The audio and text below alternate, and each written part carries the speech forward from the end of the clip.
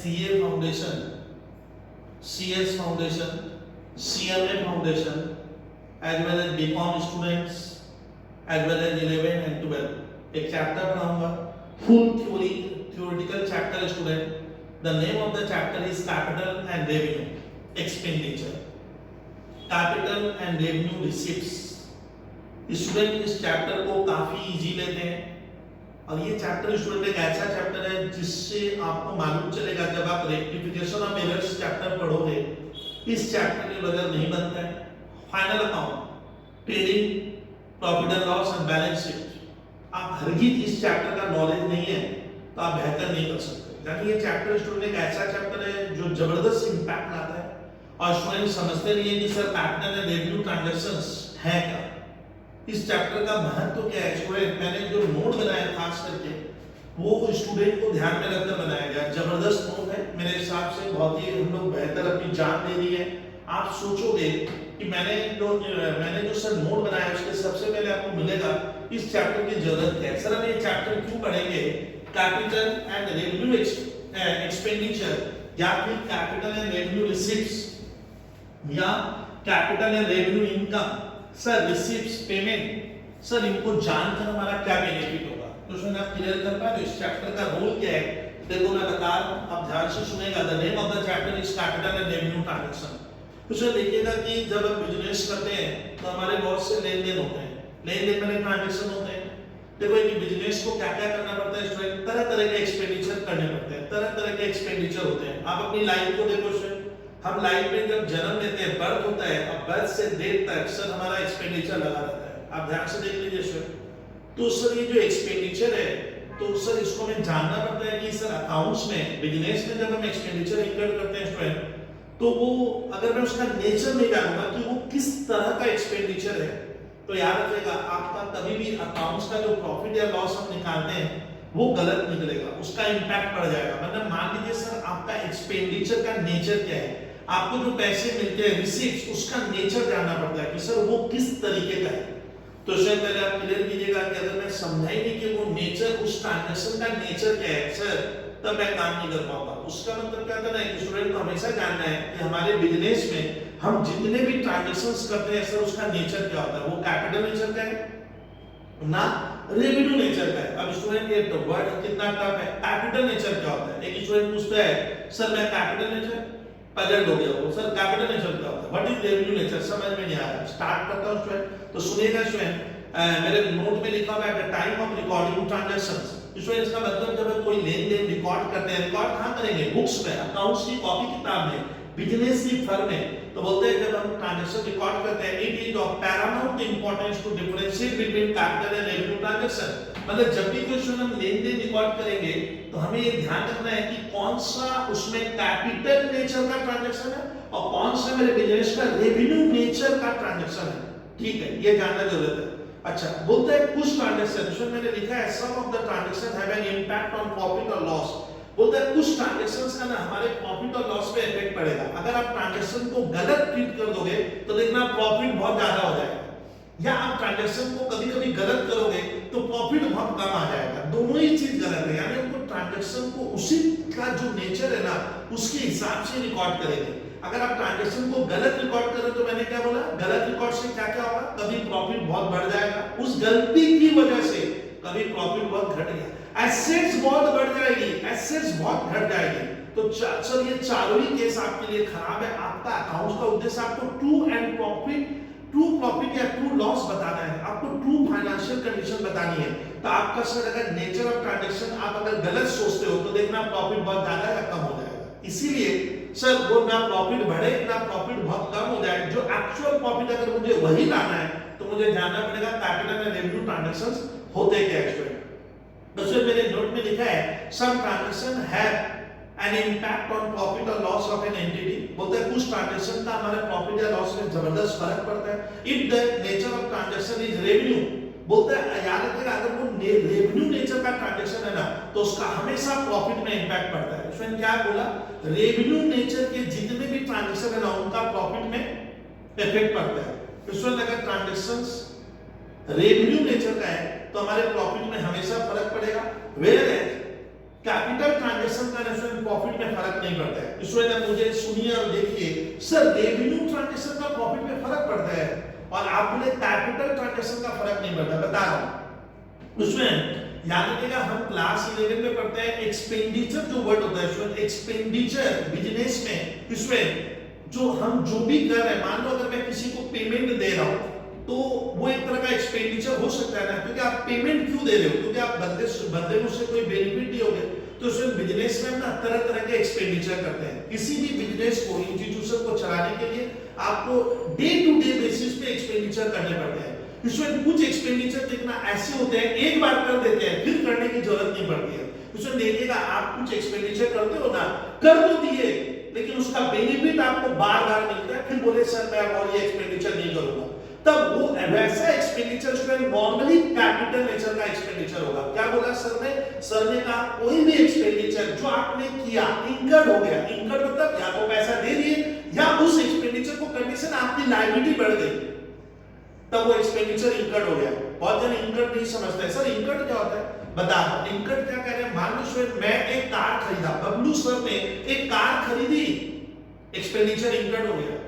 पैसा बटुए से निकाला, दे दिया, 10 लाख रुपए ले, कार दे, तो एक एक्सपेंडिचर क्या हो गया सर? आप उसी समय उसका पेमेंट कर दिए। कार खरीदे तो एक्सपेंडिचर हुआ बिजनेस का, पेमेंट भी कर दिए तो ये एक्सपेंडिचर इनकर्ड हुआ। लेकिन ऐसे सोच, कार में 10 लाख की खरीदा, दुकानदार शॉपकीपर को बोला 10 लाख का कार दे, 2 लाख अभी ले ले, 8 लाख बाद में दूंगा, इंस्टॉलमेंट में दूंगा, तो बोलिए तो एक्सपेंडिचर है? हाँ, एक्सपेंडिचर 10 लाख का ही माना जाएगा। एक्सपेंडिचर स्टूडेंट रिकॉर्डिंग नहीं मिला, मैं एक बुक इसमें ब्लर वो होगा। अच्छा स्टूडेंट, मैंने कार का बोला 10 लाख की खरीदी, पेमेंट दिए, कार ले लिए, एक्सपेंडिचर इनकर्ड। हाँ, इसको कहते हैं एक्सपेंडिचर इनकर्ड हुआ। और कार में 10 लाख की खरीदा, 2 लाख अभी दे दिया स्टूडेंट, 2 लाख मैंने अभी दे दिया। मैं दुकानदार को, शॉपकीपर को, शोरूम वाले को बोला, कंपनी वाले को बोला 8 लाख बाद में दूंगा, तब भी स्टूडेंट वो एक्सपेंडिचर इनकर्ड हो जाता है। इनकर्ड का मतलब ये नहीं होता कैश देना पड़ता है। इनकर्ड मतलब आपकी लायबिलिटी आ गई है, आपको वो पैसा देना पड़ेगा। पहले तुम पैसा बाद में, पूरे वर्ड में मैं एक्सपेंडिचर कहूंगा। तो इसमें बिजनेस में ध्यान रखिएगा 3 तरह का एक्सपेंडिचर करते हैं। मैंने क्या बोला? एक होता है सर वो एक्सपेंडिचर जो मैं बार बार नहीं करूंगा, एक बार कर देते हैं, उसका बेनिफिट हमें बहुत समय तक मिलेगा। यहाँ पे बहुत का मतलब क्या है? व्हाट इज बहुत समय तक? तो इसमें ध्यान में कोई भी ऐसा, अकाउंट्स का रूल्स कहता है कोई भी ऐसा एक्सपेंडिचर जिसका हमें बेनिफिट, हम लोगों को बेनिफिट, बिजनेस को बेनिफिट उसका 1 साल से ज्यादा मिलेगा। यानी मेरा कोई भी एक्सपेंडिचर स्टूडेंट जिसका बेनिफिट मुझे 1 साल से ज्यादा मिलेगा। मैं कह रहा हूं मैंने एक एक्सपेंडिचर किया बिजनेस के लिए, उसका बेनिफिट मुझे लग रहा है 1 साल से ज्यादा मिलेगा। अच्छा, उस एक्सपेंडिचर को करने से एक एसेट्स क्रिएट होगी। क्या क्रिएट होगी? एक एसेट्स का निर्माण होगा, क्रिएशन होगा। उस एसेट्स को क्रिएट करने के लिए मैंने वो एक्सपेंडिचर किया है। इसका सर क्या कह रहे हैं? मैंने कोई एक्सपेंडिचर किया जिसका बेनिफिट मुझे लग रहा है 1 साल से ज्यादा मिलेगा, और उस एक्सपेंडिचर से एक संपत्ति क्रिएट होगी, एक एसेट्स का क्रिएशन हो जाता है ना, तो वैसे एक्सपेंडिचर को हम कहते हैं कैपिटल एक्सपेंडिचर। सर समझ में नहीं आ रहा है? बता रहा हूं। तुम लोग सोचो स्टूडेंट, अपने लिए तुम लोग एक लैपटॉप खरीदे, तो लैपटॉप खरीदे तो एक्सपेंडिचर इनकर्ड हो गया। दुकानदार आपके ऊपर जैसे ही 25,000 का बिल बनाया, तुम बोले भाई साहब लैपटॉप दो, वो बिल बना दिया। बिल बनने का मतलब तेरे ऊपर एक एक्सपेंडिचर इनकर्ड, तुमने एक एक्सपेंडिचर इनकर्ड कर दिया। कितने का? 25,000 का। बताओ लैपटॉप खरीदना तक बिजनेस के लिए क्या होगा? एक एक्सपेंडिचर है। किस तरीके का? नेचर कैपिटल एक्सपेंडिचर होगा। क्यों बोलो तो? क्योंकि तुमने जो लैपटॉप खरीदा है वो बार बार तो खरीदोगे नहीं, आप उसके डीलर नहीं हो, आप उसे बेचोगे नहीं, आपने खरीदा यूज करने के लिए ऑफिस में, तो उसकी लाइफ आपको क्या लगती है? 1 साल से ज्यादा है। और एक संपत्ति क्रिएट हुई ना, क्या क्रिएट हुई? लैपटॉप क्रिएट हो गया, एक एसेट्स का क्रिएशन हुआ, तभी एक्सपेंडिचर स्टूडेंट कैपिटल एक्सपेंडिचर है। ये यानी purchase of laptop, purchase of computer, purchase of building, purchase of machinery, purchase of car, purchase of lease of property, purchase of free of property, purchase of patent, purchase of copyright, purchase of trademark, सारी तो assets है। आपने खरीदी, एक बार खर्चा के बार बार करेंगे तो स्टूडेंट स्टूडेंट जो एक्सपेंडिचर बार बार नहीं होता है, जिसका बेनिफिट हमें एक साल से ज्यादा मिलेगा, और उस एक्सपेंडिचर को करने से एक एसेट्स का अगर निर्माण होता है, क्रिएशन होता है, एसेट्स की प्रोडक्टिविटी बढ़ती है, एसेट्स की लाइफ बढ़ जाती है, तब नॉर्मली ऐसे एक्सपेंडिचर को हम कैपिटल एक्सपेंडिचर कहते हैं। इसके विपरीत, अच्छा, कैपिटल एक्सपेंडिचर का स्टूडेंट डायरेक्ट प्रॉफिट में फर्क नहीं पड़ता है। क्यों बोलते हो? क्योंकि आपको मालूम है कैपिटल एक्सपेंडिचर जो आपने plant, building, land, computer, laptop खरीदा, वो ट्रेडिंग पीरियड में नहीं आता है। कहां आता है? बैलेंस शीट के भीतर हम लिखेंगे बैलेंस शीट में, तो बैलेंस शीट एसेट्स में, और ट्रेडिंग पीरियड से तो प्रॉफिट आता है। तो बताइए, तो प्रॉफिट में कोई फर्क नहीं पड़ेगा। दैट इज कैपिटल एक्सपेंडिचर में डायरेक्टली हम बैलेंस शीट में रिकॉर्ड करते हैं। डायरेक्टली बैलेंस शीट में आपके ट्रेडिंग में, आपके पीएल अकाउंट में, जीपी और एनपी में कोई फर्क नहीं पड़ेगा। ये ध्यान रखना, यानी कैपिटल एक्सपेंडिचर डायरेक्टली प्रॉफिट में फर्क नहीं डालता है, तो वो एक्सपेंडिचर कैपिटल होता है। स्टूडेंट को मालूम ही नहीं है कि मशीन खरीदना कैपिटल एक्सपेंडिचर है, कार खरीदना कैपिटल एक्सपेंडिचर है। अब लगते हैं रेवेन्यू एक्सपेंडिचर क्या है? इसमें रेवेन्यू एक्सपेंडिचर वो एक्सपेंडिचर है जो नॉर्मली देखा गया बार-बार लगेगा, उसका बेनिफिट आपको कम समय के लिए मिलेगा। कम समय का मतलब sir what do mean by limited time? मैंने 1 ईयर, आपको लगता है मैंने खर्चा इनकर कर दिया, लेकिन आपको ऐसा लगता है कि सर उस खर्चे का बेनिफिट हमें 1 साल से ज्यादा नहीं मिलेगा, 1 साल से ज्यादा नहीं मिलना चाहिए, तब नॉर्मली हम उसे कहते हैं रेवेन्यू एक्सपेंडिचर। सर पढ़ने नहीं पढ़ रहा, बता इसमें मैं यहाँ पढ़ाता हूँ, तो पढ़ाता हूँ स्टूडेंट, मैं क्या करता हूँ 4-5 कॉपियां रजिस्टर खरीद के लाता हूँ, रजिस्टर। मैं स्टूडेंट मार्कर पेन खरीद के लाता हूँ। तो बताइए तो स्टूडेंट, ये जो खर्चे डे टू डे लगते हैं, जैसे स्टाफ को सैलरी देना है, स्टाफ को रेंट देना है, इलेक्ट्रिसिटी का बिल पेमेंट करना है, प्रिंटिंग का खर्चा लगेगा, स्टेशनरी का खर्चा लगेगा, मैंने गुड्स खरीदा है, कैरेज देते हैं, फ्रेट देते हैं, ये खर्चे तो बार-बार लगते हैं। कैरेज दे दिए तो क्या मैंने भाड़ा दिया, क्या जिंदगी भर बेनिफिट मिलेगा? ना, आपके गोडाउन में सामान आया, आपने लॉरी वाले को मान लीजिए 10,000 का भाड़ा दे दिया, बेनिफिट मिल गया उसी समय, तो ये रेवेन्यू एक्सपेंडिचर ये बार-बार लगता रहेगा। तो सर रेवेन्यू एक्सपेंडिचर की पहचान क्या है? जो खर्चे बार-बार लगते हैं, डे टू डे ऑपरेशन में लगते रहेंगे, जिसका बेनिफिट मुझे उसी समय या विदिन 1 अकाउंटिंग ईयर या 1 ऑपरेटिंग साइकिल में मिलने वाला है, ऐसे खर्चों को हम रेवेन्यू एक्सपेंडिचर कहते हैं। क्लियर करना, वो रेवेन्यू है। और revenue expenditure student balance sheet में नहीं आता है, एसेट्स में आएगा, वो ट्रेडिंग या पीएल में आएगा। वो रेवेन्यू एक्सपेंडिचर डायरेक्टली आपके प्रॉफिट को क्या कर देगा स्टूडेंट? कम कर देगा। सर कुछ एग्जांपल दीजिए तो रेवेन्यू एक्सपेंडिचर के। सुनते हम लोग बैठ के, पहले चल मान लीजिए दुकानदार का काम है गुड्स खरीदना, गुड्स, तो गुड्स को बार-बार खरीदता है, बार-बार बेचता है, खरीदेगा बेचेगा, यानी ये खर्चा बार-बार लग रहा है। उसका बेनिफिट भी उसको क्या करो, वो मान के चलता है वो गुड्स मैं उस साल बेच दूंगा, तो गुड्स खरीदना रेवेन्यू एक्सपेंडिचर है। आप क्लियर कीजिए, गुड्स खरीदना स्टूडेंट रेवेन्यू एक्सपेंडिचर है। गुड्स जिसको मैं बेचूंगा तब वो रेवेन्यू एक्सपेंडिचर होगा। गुड्स खरीदते समय कैरेज लगता है, कैरेज, फ्रेट, कूली, ट्रांसपोर्टेशन का खर्चा, समझ में आ रहा है? ये खर्चा बार-बार लग रहा है। आप बार-बार दोगे तो बेनिफिट तो उसी समय मिल गया, आपका तो गुड्स घर में आ गया, तब ना आप कैरेज दिए, तो कैरेज देना तो सर रेकरिंग बार-बार लगेगा, उससे कोई एसेट्स क्रिएट हो रही है ना सर? उस कैरेज के जब गुड्स खरीदते समय देते हैं, कोई एसेट्स तो क्रिएट हुई नहीं, तो कैरेज देना एक रेवेन्यू एक्सपेंडिचर हुआ, फ्रेट देना रेवेन्यू एक्सपेंडिचर, ट्रांसपोर्टेशन का खर्चा रेवेन्यू एक्सपेंडिचर। आप अपने वर्कर को जो गुड्स बनाएगा उसको सैलरी या उसको वेजेस दोगे, रेम्यूनरेशन दोगे, वो रेवेन्यू एक्सपेंडिचर है, उसका बेनिफिट मिल गया, वो अगले महीना काम नहीं करेगा तो पैसा नहीं देगा, तो उसका बेनिफिट सर 1 साल से ज्यादा नहीं मिलेगा। और वर्कर को वेजेस देने से क्या कोई एसेट थोड़ी क्रिएट हो रही है, वो तो आपका गुड्स बनाकर दे रहा है, किरेगा गुड्स तो उसी साल बिकेगा, तो ये सारे खर्चे रेवेन्यू एक्सपेंडिचर है। इसके अलावा और सुनिए, टेलीफोन बिल देना बार-बार देना पड़ता है, रेवेन्यू एक्सपेंडिचर है सर। सर मान लीजिए मेरे फैक्ट्री में कैंटीन है, कैंटीन में मैं वर्कर के खाना बनाने के लिए आटा, मैदा, चावल, दाल, सब्जियां, वेजिटेबल भी खरीदता है फैक्ट्री वाला, वर्कर को कैंटीन में खाना बना, वो जो खर्च लग रहे हैं रेवेन्यू में बार-बार लगेगा सर, तो वो रेवेन्यू एक्सपेंडिचर हुआ। सर इसके अलावा प्रिंटिंग, स्टेशनरी, पोस्टेज, टेलीग्राम, आप ध्यान से देखिए, आपको लॉजिक समझ में आ रहा है, जो हम लोग ट्रेडिंग और पीएल में लिखते हैं ना, वो ज्यादातर रेवेन्यू एक्सपेंडिचर होते हैं। तो सर रेवेन्यू एक्सपेंडिचर वो एक्सपेंडिचर है जो डे टू डे ऑपरेशन के लिए लगेगा। ध्यान से सुनिएगा, देखा गया कि रेवेन्यू एक्सपेंडिचर ना नॉर्मली बार-बार लगते हैं, ये बार-बार मैंने आप दे देते हो बेनिफिट तुरंत मिल जाएगा, विदिन 1 ईयर या उसी समय मिल जाए तो उसको मैं रेवेन्यू एक्सपेंडिचर कहूंगा, और ये खर्चे सर बार-बार लगते रहते हैं। यानी कैपिटल एक्सपेंडिचर, रेवेन्यू एक्सपेंडिचर अलग टाइप का है। रेवेन्यू एक्सपेंडिचर का स्टूडेंट हमारे बिजनेस के प्रॉफिट में डायरेक्ट फर्क पड़ता है। क्यों बोलते हो? अगर तुम रेवेन्यू एक्सपेंडिचर को ट्रेडिंग पीएल में लिखते हैं, बताएंगे रेंट, आप ट्रेडिंग पीएल में प्रॉफिट तो गिरेगा, और कैपिटल एक्सपेंडिचर ना डायरेक्टली प्रॉफिट में फर्क नहीं डालता है। लेकिन एक स्टूडेंट को मालूम ही नहीं है कि सर हमारे बिजनेस में एक्सपेंडिचर एक कैपिटल टाइप का होता है, एक रेवेन्यू टाइप का होता है। रेवेन्यू एक्सपेंडिचर वो एक्सपेंडिचर है जो बार-बार होगा, जिससे किसी संपत्ति का क्रिएशन नहीं होता है, ये नॉर्मल एक्टिविटी ऑफ बिजनेस में लगते ही रहता है, तब उसको मैं रेवेन्यू कहूंगा।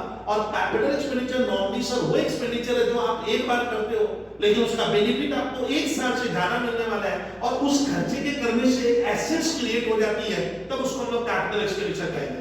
कैपिटल एक्सपेंडिचर को हम बैलेंस शीट में दिखाते हैं एसेट साइड में।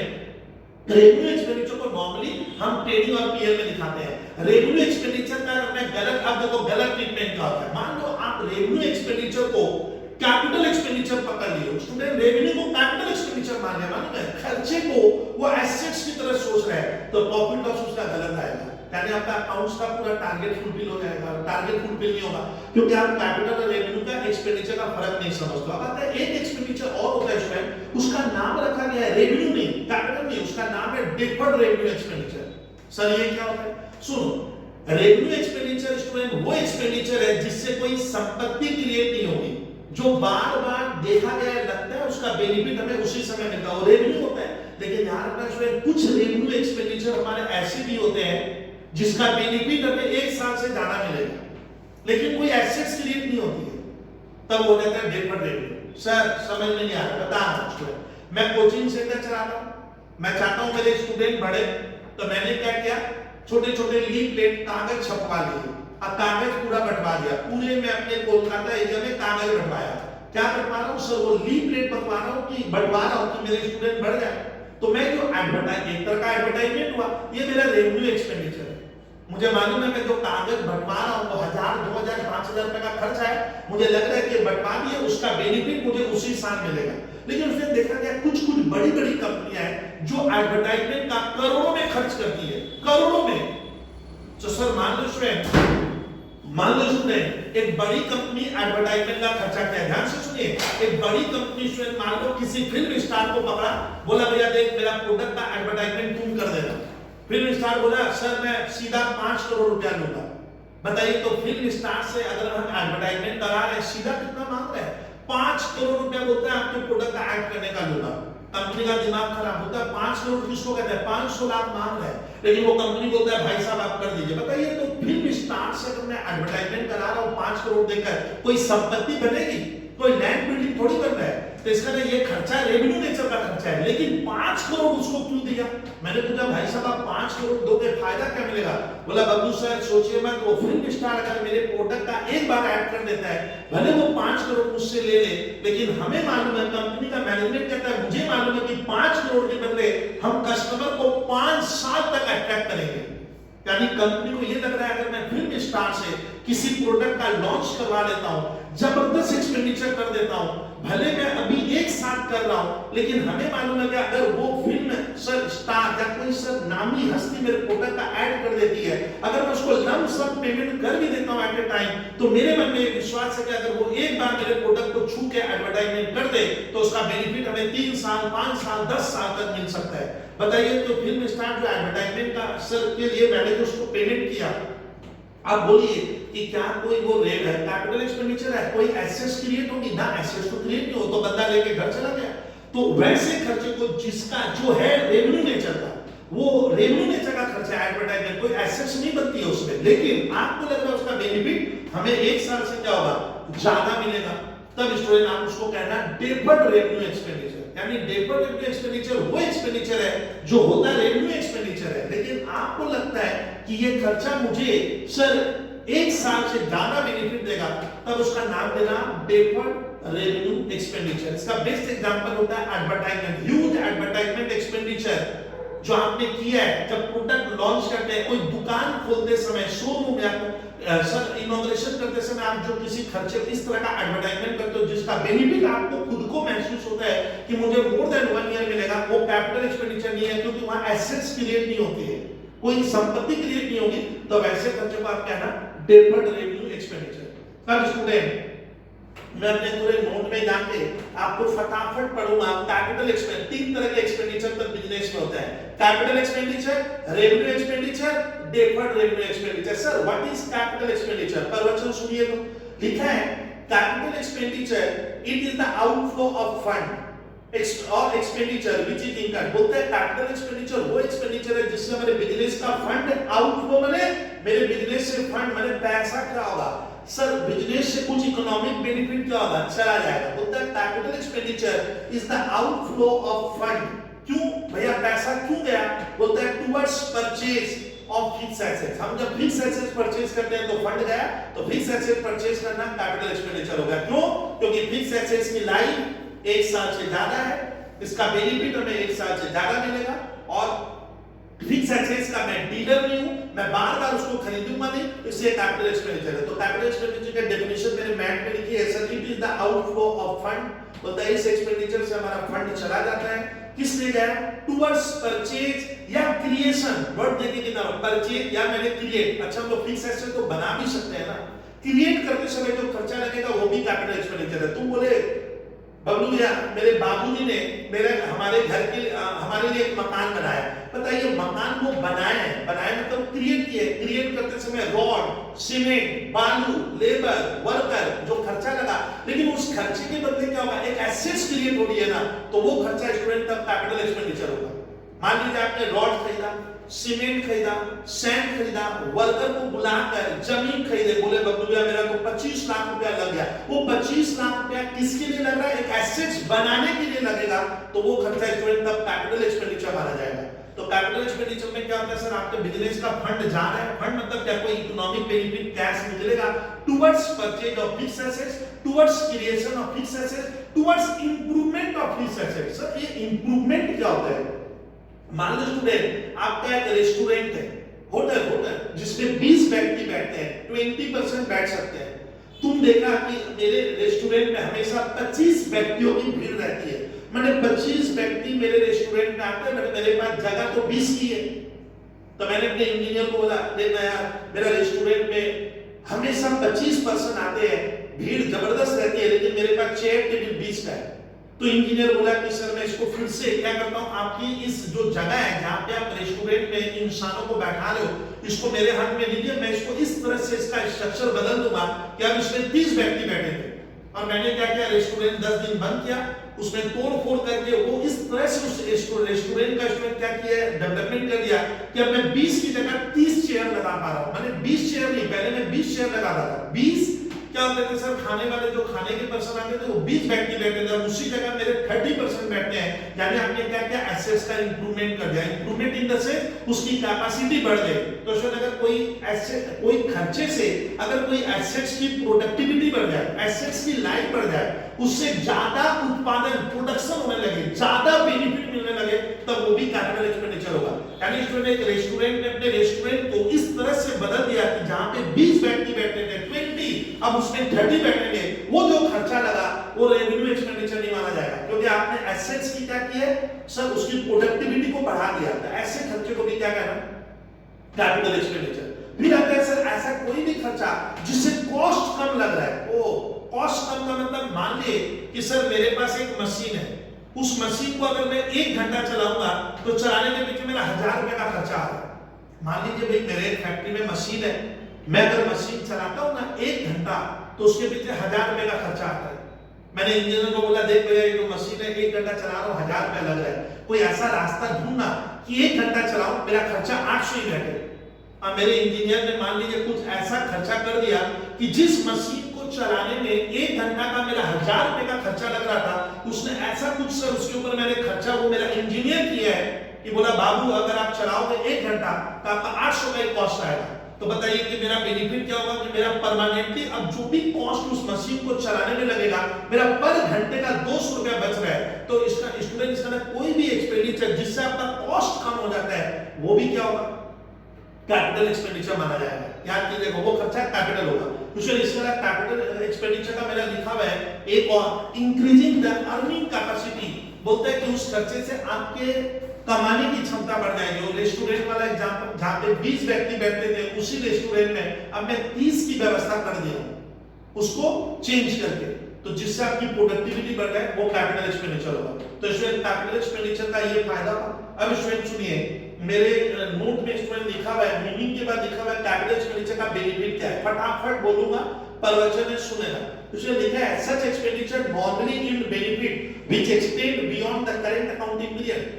बोलता है कैपिटल एक्सपेंडिचर वो खर्चा है जिसका बेनिफिट आपको 1 साल से ज्यादा मिलता है, याद रहेगा 1 साल से ज्यादा मिलना चाहिए। दूसरा, such expenditure reducing the cost of production, या आपका ऑपरेटिंग कॉस्ट को सर जो व्यवस्था चलाने का जो खर्चा लगता है वो कॉस्ट आपका इस खर्चे को करके तुम उस कॉस्ट को कम कर दिए, तब ये कैपिटल एक्सपेंडिचर माना जाएगा। इंक्रीजिंग द अर्निंग कैपेसिटी या प्रोडक्टिविटी, और उस कंपनी के उस फर्म के अर्निंग कैपेसिटी को प्रोडक्टिविटी को क्या करेगा, उत्पादन प्रोडक्शन ज्यादा होगा, ज्यादा आपको बेनिफिट मिलेगा, तब वो कैपिटल एक्सपेंडिचर होगा।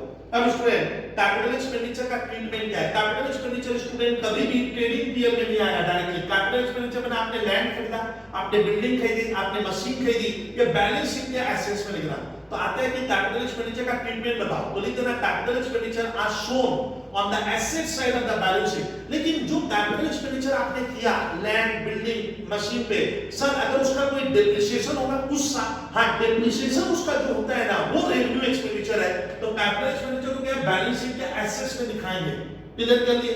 हाँ अगर उसका डेप्रिसिएशन वाला पोर्शन जो होगा ना वो रेवेन्यू एक्सपेंडिचर है, और डेप्रिसिएशन को अपने पीएल में दिखाते हैं, यानी कैपिटल एक्सपेंडिचर डायरेक्टली पीएल में नहीं आता है, कहां आता है अकाउंटिंग लैंग्वेज में, तो capital expenditure directly balance sheet के एसेट्स में आएगा। ये क्लियर किया आपको बैलेंस शीट कैसा है, और उसका जितना डेप्रिसिएशन हो गया उस प्रॉपर्टी का, अगर वो डेप्रिसिएबल प्रॉपर्टी है तो डेप्रिसिएशन वाला पोर्शन जो पीएल में आएगा वो रेवेन्यू एक्सपेंडिचर है। क्यों? क्योंकि माना जाता है कि उस एसेट्स का इतना मैंने सर क्या कर लिया, उसका एलोकेशन ऑफ कॉस्ट, उसका मैंने बेनिफिट ले लिया। चलिए अब आते हैं student example of capital expenditure, मस्त मस्त एग्जांपल सुना रहा हूं, आप सुनिएगा। सर कोई भी फिक्स एसेट्स खरीदते समय जो एक्सपेंडिचर लगेगा capital expenditure, purchase of land, purchase of building, purchase of machine, purchase of patent, purchase of trademark, purchase of copyright, सारा क्या है कैपिटल एक्सपेंडिचर। तो बोलता है एसेट्स खरीदते समय जो आपका एक्सपेंडिचर लगा वो हमेशा कैपिटल एक्सपेंडिचर होगा। सर दूसरा पढ़ाइए। दूसरा acquisition of second hand asset. अच्छा सेकंड हैंड एसेट्स मतलब क्या, पुरानी एसेट्स खरीदे, भैया तेरे लिए तो नहीं है, जो बेचेगा उसके लिए ना पुरानी है, तेरे लिए तो नहीं हो गया, तो तभी ना तुम पुराना को पुराना थोड़ी जाएगा। तो मान लीजिए सर कोई कंपनी ने पुरानी कार खरीदी, तो पुरानी कार खरीदने में जो पैसा लगा वो कैपिटल एक्सपेंडिचर है, क्योंकि आपको उसका बेनिफिट एक साल से ज्यादा मिलेगा। लेकिन पुरानी एसेट्स खरीदते समय सर उसको अपने लोकेशन में लाने के बाद तुम चाहते हैं कि उसका थोड़ा आकार हुलिया बदल दे, शेप बदल दे, उस समय आप क्या करोगे, पुरानी एसेट्स का आवश्यकता है सर पूरा स्ट्रक्चर क्या कर दिए, चेंज कर दिए, उस समय जो खर्चा लगेगा वो भी कैपिटल एक्सपेंडिचर। जैसे पुरानी एसेट जब तुम लाते हो, पुरानी कार लाए, तुम देखो उसका कलर खराब है, तुम क्या किए कलर करवा लिए, कलर कराने का जो खर्चा लगा तो वो उस समय रेवेन्यू एक्सपेंडिचर नहीं है, वो मैं मानूंगा वो उस एसेट्स की वैल्यू में जुड़ जाएगा, उस एसेट्स के वैल्यू में उसको जोड़ देंगे, तब उस समय कैपिटल एक्सपेंडिचर होगा। यानी स्टूडेंट कोई भी सेकंड हैंड एसेट्स अगर आप खरीदते हो और उसको वर्किंग कंडीशन में लाने के लिए आप उसको पहले उसका हुलिया बदलते हो, इसलिए क्योंकि उसकी लॉन्जिविटी बढ़ जाए, उसकी कार्यक्षमता बढ़ जाए, उसकी प्रोडक्टिविटी बढ़ जाए, तब वो खर्चा उस समय स्टूडेंट कैपिटल एक्सपेंडिचर होगा। स्टूडेंट तीसरा, कोई भी कैपिटल सर कोई भी कैपिटल एसेट्स खरीदते समय लैंड बिल्डिंग प्लांट मशीनरी वगैरह, बोलता है उस समय कोई कानूनी खर्चा लगा, legal expense. Sir legal expense क्या लगेगा, मशीन खरीदिए ना, अगर आप जमीन खरीदते हो, याद आ रहा है लैंड, तो लैंड के स्टूडेंट आप खरीदने के बाद उसका रजिस्ट्रेशन कराओ, बिल्डिंग खरीदते हैं तो उसका सर रजिस्ट्रेशन कराना पड़ता है, तो रजिस्ट्रेशन कराने के लिए आपको लॉयर के पास जाना पड़ेगा, तो लॉयर तो फीस लेगा। यानी कोई भी एसेट्स खरीदते समय स्टूडेंट कोई लीगल एक्सपेंस देते हैं, कानूनी खर्चा लगता है, तो वो भी एसेट्स में ऐड होगा, तो उसका आप कहना कैपिटल एक्सपेंडिचर। फिर स्टूडेंट मान लीजिए स्टूडेंट एक एग्जांपल में आता है कि मान लीजिए स्टूडेंट एक ओनरशिप बिल्डिंग बनाई है, बिल्डिंग ऑलरेडी वहां बिल्डिंग बना हुआ है पुराना, तो पुराना बिल्डिंग तोड़ के नया बिल्डिंग बनाना है, तो सब पुराना बिल्डिंग तुड़वाने में मेरा 10 लाख रुपया लग गया, तो नई बिल्डिंग बनेगी, तो बताइए तो तुड़वाने का जो खर्चा है पुरानी बिल्डिंग को, वो कौन सा खर्चा है, उसको कैपिटल एक्सपेंडिचर माना जाएगा। यानी आप पुरानी बिल्डिंग तोड़ के उसके ऊपर नई बिल्डिंग बना रहे हो, नहीं तो पुरानी बिल्डिंग का जो खर्चा लगा तुड़वाने का, उसको डिस्ट्रॉय करने का, वो नई बिल्डिंग में कॉस्ट में ऐड हो जाता है, क्लियर किए, तब उसको हम लोग कहेंगे कैपिटल एक्सपेंडिचर। सर आपने कोई राइट लिया, राइट मतलब सर कोई प्रोडक्ट मैं ही बनाऊंगा मैं ही बेचूंगा, इस तरह का अगर आप कोई राइट लेते हो तो उसको कहेंगे हम कैपिटल एक्सपेंडिचर। उसमें देखिएगा जैसे डाबर कंपनी है, डाबर कंपनी का मैंने क्या किया, डिस्ट्रीब्यूशन राइट दिया कि डाबर कंपनी का प्रोडक्ट हुगली डिस्ट्रिक्ट में मैं ही बेचूंगा। डाबर कंपनी बोलेगी भैया लाख मुझे 10 लाख रुपया दे, जो नॉन रिफंडेबल है, रिफंडेबल नहीं होगा वो, ऐसा होना चाहिए। तब ऐसा कोई अगर मैं राइट लेता हूं तो उस राइट लेते समय जो मुझे पैसा देना पड़ता है शायद वो कैपिटल एक्सपेंडिचर होगा। लिखा हुआ एक्विजिशन ऑफ ए राइट, जैसे payment for trademark, payment for patent right, payment for copyright etcetera. अच्छा, कोई एसेट्स का एक्सटेंशन होगा वो भी कैपिटल एक्सपेंडिचर। एक्सटेंशन मतलब सर मान लीजिए आपके पास एक बिल्डिंग है जिसमें 2 रूम है, रूम 2 है, रूम आप एक रूम और बनवा लिए तो उसको कहेंगे एक्सटेंशन हो गया। क्यों? क्योंकि आपको अब यूटिलिटी ज्यादा मिलेगा, अब आपका 2 रूम नहीं रहा, कितना हो गया, 3 रूम हो गया। तो उस रूम को बनवाने में जो खर्चा, भले दीवार ही क्यों ना आप खड़ी कर दो, दीवार खड़ी करते हैं ना, तो सर वॉल भी खड़े करोगे और बोला जाएगा मेरे फ्लैट में 3 रूम हो गए, वो खर्चा जो लगा वो कैपिटल एक्सपेंडिचर है, वो रेवेन्यू नहीं है। ये उसको ही बोला गया है sir extension of an asset. फिर स्टूडेंट कोई भी सेकेंड हैंड एसेट्स को मैं वर्किंग कंडीशन में लाने के लिए जो खर्चा करता हूं पहली बार, वो आपका क्या होगा, कैपिटल एक्सपेंडिचर है। फिर स्टूडेंट लिखा हुआ है कि कोई भी इंसिडेंटल एक्सपेंसेस जब एसेट्स खरीदते समय लगता है, वही रजिस्ट्रेशन कराना था, लैंड एंड बिल्डिंग खरीदोगे तो उसको अपने नाम से रजिस्ट्रेशन कराने के लिए जो रजिस्ट्रेशन आप फीस देते हो तो वो आपका कैपिटल एक्सपेंडिचर है। वो उस एसेट्स को खरीदने के पहले करना पड़ता है, खरीदने के पहले करेंगे तो वो एसेट्स में क्या होगा स्टूडेंट, ऐड हो जाएगा। फिर स्टूडेंट कोई भी बिजनेस, अच्छा आप कोई पेटेंट कॉपीराइट खरीदते हो तो कैपिटल एक्सपेंडिचर है। और स्टूडेंट कोई भी ऐसा मेरा एक्सपेंडिचर जिससे कॉस्ट कम हो जाता है, ऑपरेटिंग कॉस्ट या कॉस्ट कम होगा, वो कैपिटल एक्सपेंडिचर होगा। तो student these are the examples of capital expenditure. Revenue मैंने क्या बोला स्टूडेंट, अब आप मेरी कहानी सुनिए। रेवेन्यू एक्सपेंडिचर भी क्या होता है सर, रेवेन्यू एक्सपेंडिचर वो एक्सपेंडिचर है जिससे आपका फंड जाएगा, बिजनेस से फंड जा रहा है, इकोनॉमिक बेनिफिट निकलेगा, लेकिन लिखा हुआ है कि it is incurred on the normal course of business, यानी बिजनेस को चलाने के लिए नॉर्मली लगता ही रहेगा। ये वो जैसे हमारे घर में स्टूडेंट, हम घर में रहते हैं तो घर में जैसे आप रहोगे तो इलेक्ट्रिसिटी बिल नॉर्मली लगेगा, आपको वेजिटेबल का खर्चा करना पड़ेगा, बच्चों के लिए स्कूल फीस देनी पड़ेगी, उस घर का मकान का भाड़ा नॉर्मली देना। तो सर जो नॉर्मल खर्चे डे टू डे बिजनेस में लगते हैं वो जितने भी लगेंगे वो सारे रेवेन्यू एक्सपेंडिचर होंगे, और उसका बेनिफिट एक साल से ज्यादा नहीं मिलना चाहिए और उससे कोई एसेट्स क्रिएट नहीं होना चाहिए, तब उसको हम लोग कहते हैं रेवेन्यू एक्सपेंडिचर। तो रेवेन्यू एक्सपेंडिचर मेरे मैथ में लिखा हुआ है, it is the outflow of fund और expenditure which is incurred for the purpose of incurring to carry on normal business. बोलता है कि ये खर्चा मैं इसलिए करता हूं कि जैसे बिजनेस नॉर्मली क्या हो, डे टू डे चलता ही रहे, इसलिए खर्चा करना जरूरी है। या एक एसेट्स को वर्किंग कंडीशन में रखने के लिए जरूरी है। सर वर्किंग कंडीशन में रखने का मतलब मान लीजिए आपने एक मोबाइल फोन खरीदा, मोबाइल फोन खरीदना स्टूडेंट हमारे लिए कैपिटल एक्सपेंडिचर है। मैंने एक मोबाइल फोन खरीदा सर ने 25,000 रुपए का, तो मैं कहूंगा कि मोबाइल फोन मुझे लग रहा है कि 3 साल को चलाऊंगा तो मेरे लिए कैपिटल एक्सपेंडिचर होगा। लेकिन उस मोबाइल फोन को रनिंग कंडीशन में रखने के लिए बार बार उसमें मुझे क्या करना पड़ता है, उसको रिचार्ज करवाना पड़ता है, 300 400 500 रुपया लगता होगा।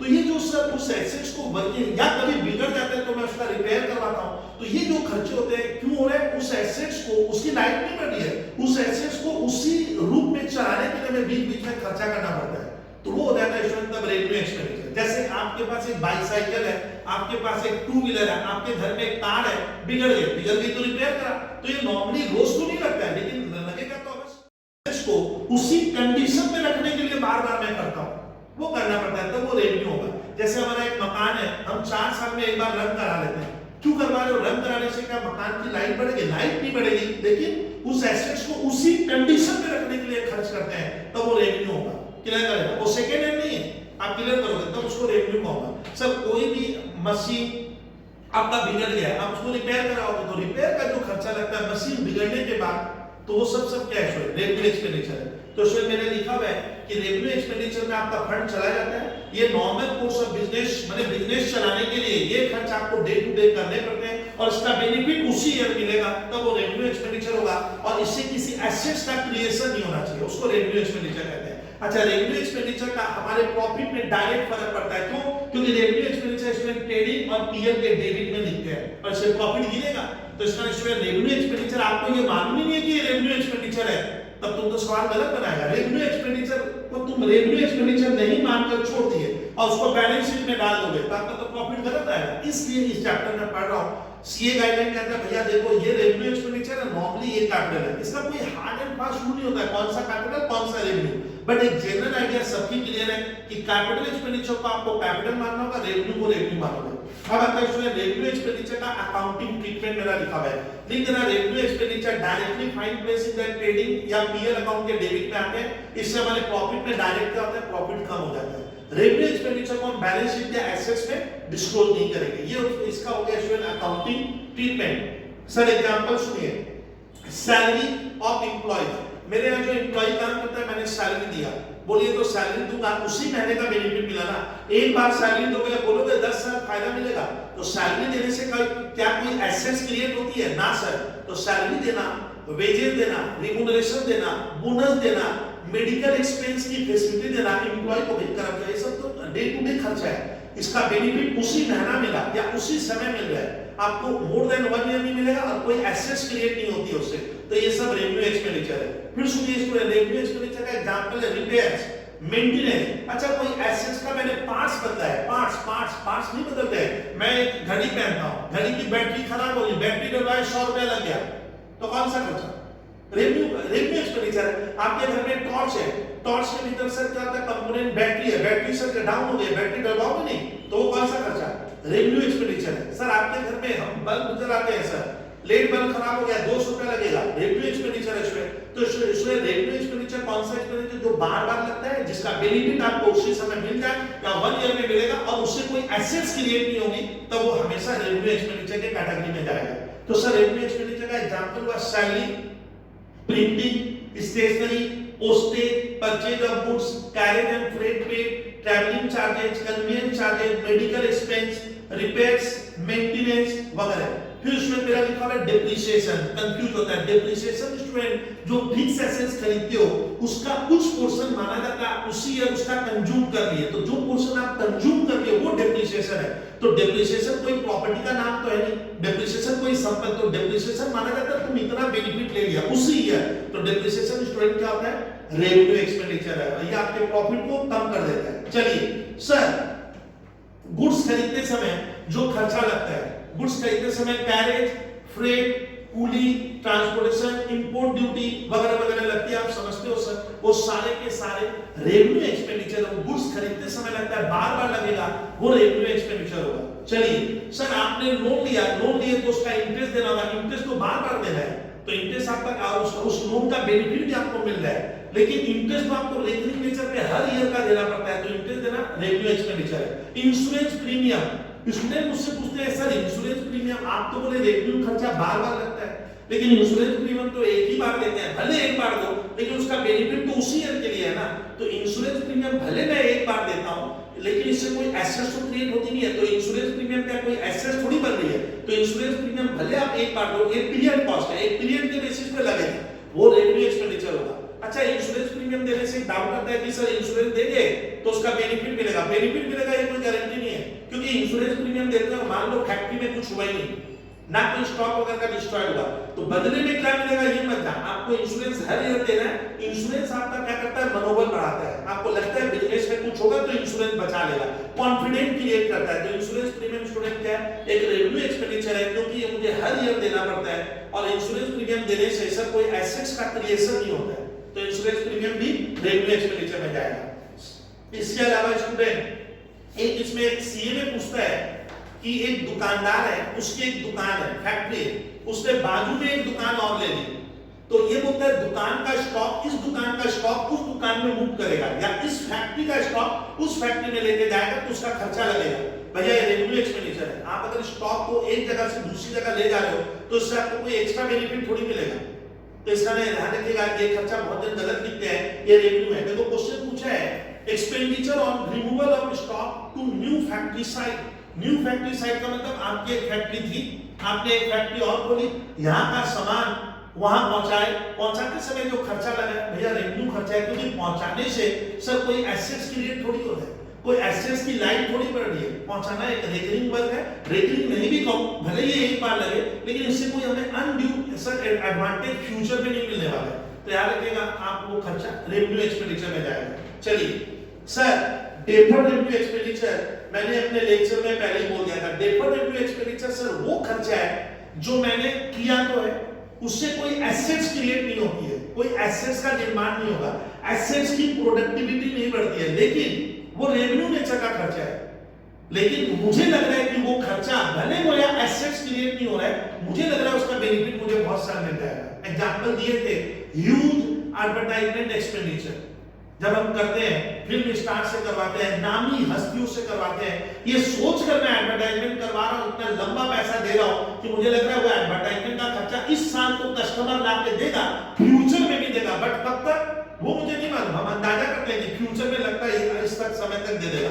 तो उस समय जो आप ह्यूज एडवर्टाइजमेंट एक्सपेंडिचर करते हो किसी नए प्रोडक्ट को मार्केट में लाते वक्त, लॉन्च करते समय, तो वो खर्चा स्टूडेंट डेफर्ड रेवेन्यू माना जाता है। डेफर्ड रेवेन्यू माने उसमें कुछ रेवेन्यू माने उसका बेनिफिट एक साल से ज्यादा मिलेगा, बट वो कैपिटल एक्सपेंडिचर क्यों नहीं है? क्योंकि उससे किसी एसेट्स का क्रिएशन नहीं होता है। तो स्टूडेंट डेफर्ड रेवेन्यू एक्सपेंडिचर के बारे में मेरा जो नोट लिखा हुआ है सुनिए आप लोग। Expenditure primarily of revenue nature, बोलता है ये वो खर्चा है जिससे एसेट्स क्रिएट नहीं हो रही है, ये रेवेन्यू नेचर का खर्चा है। ये बार बार वाला वर्ड आ रहा है, बोलता है ये रेवेन्यू नेचर का है, but the benefit of which x tends beyond accounting period. लेकिन हमें लग रहा है उसका बेनिफिट हमें एक साल से ज्यादा मिलेगा। ये पूरा का पूरा एजम्पशन हो रहा है कि मुझे लग रहा है कि वो एडवर्टाइजमेंट का एक्सपेंडिचर मेरे को बेनिफिट एक साल से ज्यादा देगा। कब तक? तो नॉर्मली स्टूडेंट कब तक बेनिफिट देगा ये अंदाजा कैसे लगाएंगे? तो नॉर्मली माना जाता है, अधिकतर केसेस में देखा गया है कि बिजनेसमैन ये सोचता है कि ये खर्चा मुझे आने वाले 3 से 5 साल तक फायदा देगा, इससे ज्यादा बेनिफिट देगा ये कहना स्टूडेंट क्या है, बहुत ही मुश्किल होता है। तो ऐसे खर्चे को स्टूडेंट क्या कहेंगे? Deferred revenue expenditure. कोई एसेट्स क्रिएट नहीं हुआ। चलिए एक एग्जांपल देते हैं कि सर हमारे देश का एक क्रिकेटर था सचिन तेंदुलकर, उसको एमआरएफ कंपनी ने उसको बोला कि तुम मेरी प्रोडक्ट का, एमआरएफ कंपनी कहता है कि तुम मेरे प्रोडक्ट को प्रोडक्ट का लोगो लगा लो अपने बैट में। बैट जिससे करते हैं, मैं आपको 5 करोड़ रुपया दूंगा आज से 25 साल पहले, आज से 30 साल पहले। अब आप सोचिए 5 करोड़ उस जमाने में उस बंदे को दिया, क्या कोई एसेट्स के सचिन तेंदुलकर ने क्या कोई एसेट्स थोड़ी दिया था एमआरएफ कंपनी को? बोला ठीक है मैं आपका लोगो लगा दूंगा लेकिन मुझे 5 करोड़ रुपए दे दीजिए। तो कंपनी ने उसको 5 करोड़ रुपया दिया, क्या सोचकर कि अगर सचिन तेंदुलकर अगर मेरा लोगो लेकर मैदान में उतरता है तो मेरे को इसका बेनिफिट फ्यूचर में क्या होगा, ऑटोमेटिक मिलेगा। और आज देखो एमआरएफ का रिनाउंड नाम आता है कि नहीं आता है, जबकि सचिन तेंदुलकर अभी पिक्चर में है ही नहीं। तो इस तरह से ऐसे खर्चों को आप कहना डेफर्ड रेवेन्यू एक्सपेंडिचर, जहां पे कंपनी को ये महसूस होता है कि मैंने खर्च कर दिया है लेकिन इसका बेनिफिट एसेट्स क्रिएट होगी नहीं, लेकिन मुझे बेनिफिट इसका 1 साल से ज्यादा मिलेगा, तब उसको कहना है डेफर्ड रेवेन्यू एक्सपेंडिचर। अच्छा ऐसे खर्चे को जो 5 करोड़ का, मैं मान लो एमआरएफ कंपनी ने सचिन तेंदुलकर को 5 करोड़ रुपया दे तो दिया, वो है तो खर्चा, लेकिन माना जाएगा कि मान लेते हैं वो खर्चा मेरे को 5 साल बेनिफिट देगा। तो कंपनी वाले क्या करते हैं 5 करोड़ डिवाइडेड बाय 5 से डिवाइड करेंगे 1 करोड़। 1 करोड़ को मैं मान लूंगा मेरा उसी साल बेनिफिट मिल गया 1 करोड़ का, तो 1 करोड़ चला जाएगा पीएल के डेबिट में लिख दिए, मान लो 2 एडवर्टाइजमेंट, और 4 करोड़ मैं लिखूंगा बैलेंस शीट के एसेट्स में जिसका बेनिफिट अभी भी मिलना बाकी है। लेकिन बताइए तो 4 करोड़ क्या कोई एसेट्स है क्या? ऐसी एसेट्स को स्टूडेंट आजकल अकाउंटिंग स्टैंडर्ड कहता है कि ये खर्चा ना जो आप दिए 4 करोड़ डेफर्ड बोल के वो लोग बोलते हैं पूरा ही पीएफ में लिख दो, क्योंकि वो बिकेगा नहीं, होता है एडवर्टाइजमेंट का खर्चा है, वो कोई सर कोई एसेट्स नहीं है वहां पे, उसी का नाम होता है फिक्सिशियस एसेट्स, जिसको हम लोग कहते हैं एडवर्टाइजमेंट सस्पेंड, वही होती थी फिक्सिशियस एसेट्स। तो जो भी हो सर डेफर्ड रेवेन्यू हमारे सिलेबस में है। अच्छा सुनिए स्टूडेंट कि एक्सपेंडिचर जो रेवेन्यू नेचर का है, लेकिन हम अकाउंटेंट को या फर्म को लगता है उसका बेनिफिट 1 साल से ज्यादा मिलेगा और उससे कोई एसेट्स क्रिएट नहीं होगी, उससे हम लोग कहेंगे deferred revenue expenditure according to the guidelines notes. अच्छा अकाउंटिंग स्टैंडर्ड आईसीआई आप समझते हो, इंस्टीट्यूट ऑफ चार्टर्ड अकाउंटेंट ने बोला है deferred revenue expenditure is the expenditure for which payment has been made. ICI कहता है ये वो खर्चा है जिसके लिए आप पेमेंट कर दी हो या आपके ऊपर एक लायबिलिटी आ गई है, liability has been incurred but which is carried forward on the assumption that will be benefit over a subsequent period of year। मतलब आईसीआई कह रहा है कि डेफर्ड रेवेन्यू एक्सपेंडिचर वो खर्चा है जो आपने कर दिया है या उस खर्चे की वजह से आपके ऊपर लायबिलिटी आ गई है और आपको ये लग रहा है कि आपको इसका बेनिफिट 1 साल से ज्यादा मिलेगा, तब उसको कहिए आप डेफर्ड रेवेन्यू। चलिए सर डेफर्ड रेवेन्यू का स्टूडेंट ट्रीटमेंट क्या होगा, उसका कुछ हिस्सा मैं मान लूंगा मैंने यूज कर लिया है वो पीएल में आ जाएगा, उसको कहते हैं राइट ऑफ कर दिए और बैलेंस पोर्शन एसेट्स में मैं दिखा दूंगा, वही होता है डेफर्ड रेवेन्यू एक्सपेंडिचर। नॉर्मली इसको 3 से 5 ईयर में खत्म कर देते हैं। चलिए सर हो गया, लेकिन उसमें आप सुनिए अकाउंटिंग स्टैंडर्ड कह रहा है कि deferred revenue expenditure are fully written off भाई बोलता है अभी जो नया कॉन्सेप्ट आ गया है सर, बोला जाता है कि आपको कैसे मालूम कि ये खर्चा 5 साल फायदा देगा। तो नया कॉन्सेप्ट क्या है कि जितनी जल्दी हो सके आप डेफर्ड रेवेन्यू एक्सपेंडिचर को पीएल के क्या कर दो, डेबिट में लेके कहानी खत्म कर दो, क्योंकि उसका कोई रिकवरी वैल्यू नहीं होता है।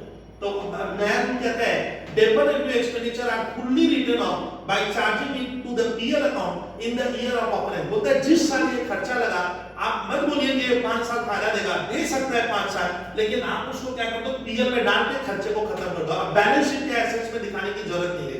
ये नया रूल कह रहा है they are not real sense assets and therefore should not be carried forward। माने ऐसे कह रहा है ये कोई रियल में एसेट्स नहीं है, कोई लैंड बिल्डिंग कैश बैंक नहीं है, तो इसको आप खत्म कर देना, ये ऐसे कह रहा है। चलिए स्टूडेंट अब एक क्वेश्चन आया है स्टूडेंट कि डेफर्ड रेवेन्यू एक्सपेंडिचर के बारे में मैंने सब कह दिया। हाँ एग्जांपल सुनिए मस्त जो मैं ज्यादा दिया हूं सर, एग्जांपल पहला सुनो आज का स्टूडेंट और 5 मिनट पढ़ा रहा हूं, सुनिए सर। पहला एग्जांपल है डेफर्ड रेवेन्यू एक्सपेंडिचर का, हेवी एडवर्टाइजमेंट कैंपेन एक्सपेंडिचर पढ़ा दिया। एडवर्टाइजमेंट में एक कंपनी ने इतना ज्यादा खर्च किया है कि कंपनी को लग रहा है उसका बेनिफिट इस साल भी मिलेगा, आने वाले सालों में भी मिलेगा। इसका मतलब, लेकिन उससे कोई एसेट्स क्रिएट नहीं हो रही है, उससे कोई एसेट थोड़ी बन रहा है, लैंड बिल्डिंग थोड़ी बन रहा है, एसेट्स का निर्माण तो होगा नहीं, वो डेफर्ड रेवेन्यू में आप दिखा सकते हो। दूसरा सुनिए रिसर्च एंड डेवलपमेंट एक्सपेंडिचर। अभी आप सुन रहे हो कोरोना चल रहा है, आप सुन रहे हो कि सर सारे वर्ल्ड में कोरोना के लिए साइंटिस्ट लोग रोज रिसर्च एंड डेवलपमेंट में काम चल रहा है। ये होते होते 2-3 साल लगेगा, करोड़ों का गवर्नमेंट का खर्चा आएगा, करोड़ों में जाएगा। अब बताइए ये खर्चा हम वो लोग अभी कर रहे हैं, रिजल्ट क्या आएगा, रिसर्च एंड डेवलपमेंट में लोग खर्च कर रहे हैं, उसका बेनिफिट अभी मिलेगा कि नहीं मिलेगा ये मालूम नहीं है। तो ये जो खर्चा लग रहा है ना डेफर्ड रेवेन्यू में, इससे कोई एसेट्स तो क्रिएट नहीं होगी। उसमें आप क्लियर कीजिए जो रिसर्च एंड डेवलपमेंट का जो खर्चा लगता है, जो साइंटिस्ट रिसर्च करते हैं उनको आपको सैलरी देनी पड़ेगी। तो मान लीजिए वो जो रिसर्च टीम आज से 2 साल बाद वैक्सीन बनाकर बोलता है कि सर उससे पहले साइंटिफिक डिपार्टमेंट का मान लीजिए खर्चा आ गया 500 करोड़ का, आ ही सकता है सर, वैक्सीन में 500 करोड़ लग गए, तो वो खर्चा स्टूडेंट क्या डेफर्ड रेवेन्यू एक्सपेंडिचर का नेचर का होगा। तो बोलते हैं अगर रिसर्च एंड डेवलपमेंट में आपने बहुत ज्यादा खर्च किया है रिसर्च के पीछे, तो आप उसको डेफर्ड कर सकते हो, वो डेफर्ड रेवेन्यू में जाएगा। फिर सुनिए जब हम लोग स्टूडेंट, ये मैं नहीं पढ़ रहा हूं, मेरे मैट में दिया हुआ स्टूडेंट, ये भी मैं नहीं पढ़ रहा हूं, मैंने अच्छे अच्छे एग्जांपल दिए हैं स्टूडेंट, जरूरत नहीं आप लोग मैट में पढ़ लीजिएगा। तो स्टूडेंट आपको मैंने आज क्या पढ़ा है कि एक्सपेंडिचर 3 तरह का होगा, revenue expenditure, capital expenditure, deferred revenue expenditure. ये हमारा मेन फंड है और बहुत काम का है। अच्छा डेफर्ड रेवेन्यू एक्सपेंडिचर को प्रीपेड एक्सपेंस नहीं कहते हैं। एक स्टूडेंट क्लास में पूछ रहा है कि सर एडवर्टाइजमेंट का मैंने खर्च किया, मुझे मालूम है इसका बेनिफिट मुझे 5 साल मिलेगा, वो ये कह रहा है, मैंने पूछा क्या कोई रिटेन एग्रीमेंट हुआ है, तेरे को कैसे मालूम कि कस्टमर 5 साल मिलेंगे। तो इसमें प्रीपेड और डेफर्ड रेवेन्यू एक्सपेंडिचर में फर्क है। डेफर्ड में क्या होता है, आप अंदाजा लगाते हो कि ये खर्चा मुझे इस साल भी बेनिफिट देगा और ये एडवर्टाइजमेंट करूंगा तो मुझे लग रहा है 4 साल या 3 साल और कस्टमर मिलेंगे। आप डेफिनेटली पक्का नहीं बता पा रहे हो यहां तक ही बेनिफिट मिलेगा, इसलिए उसका नाम है डेफर्ड। और प्रीपेड में क्या होता है, मैं जो बेनिफिट मिलेगा मुझे मालूम है इस समय तक मिलेगा। एग्जांपल दे रहा हूं, इसमें मान लीजिए एक बिजनेस हाउस ने किसी का मकान भाड़ा पे लिया, जिसे भाड़ा पे लेना वो क्या बोलता है, भाई साहब आप मुझे 2 साल का भाड़ा एक साथ दे दो। कितने साल का?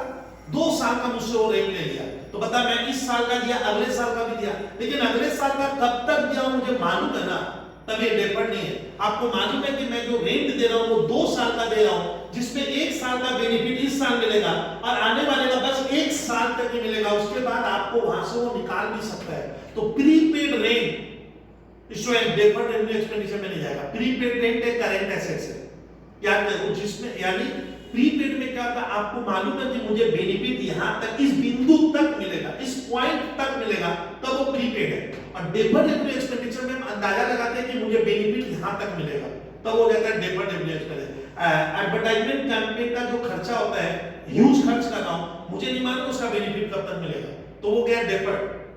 और प्रीपेड में सामने वाले से एक एग्रीमेंट बन जाता है कि भाई आपको मैं ये पेमेंट यहां तक का कर दिया, जैसे मैंने रेंट आपको यहां तक का दे दिया, क्लियर कीजिएगा, तब हो गया कैश में प्रीपेड होता है। आप ध्यान से सुनिए, आप एमबीए का कोर्स करोगे, 2 साल पढ़ोगे, एमबीए वाला बोला भैया 10 लाख रुपया लगेगा, बाबूजी 10 लाख रुपया दे दिए, आपको पक्का मालूम है कि 2 साल का वो फीस दिया हूं, तब वो प्रीपेड होगा, वो डेफर्ड नहीं होगा। तो तब याद रखिएगा there is a difference between deferred revenue expenditure and prepaid expenditure. Prepaid को हम बैलेंस शीट के करंट एसेट्स में दिखाते हैं, डेफर्ड रेवेन्यू एक्सपेंडिचर को स्टूडेंट बैलेंस शीट में करंट एसेट्स में नहीं आता है।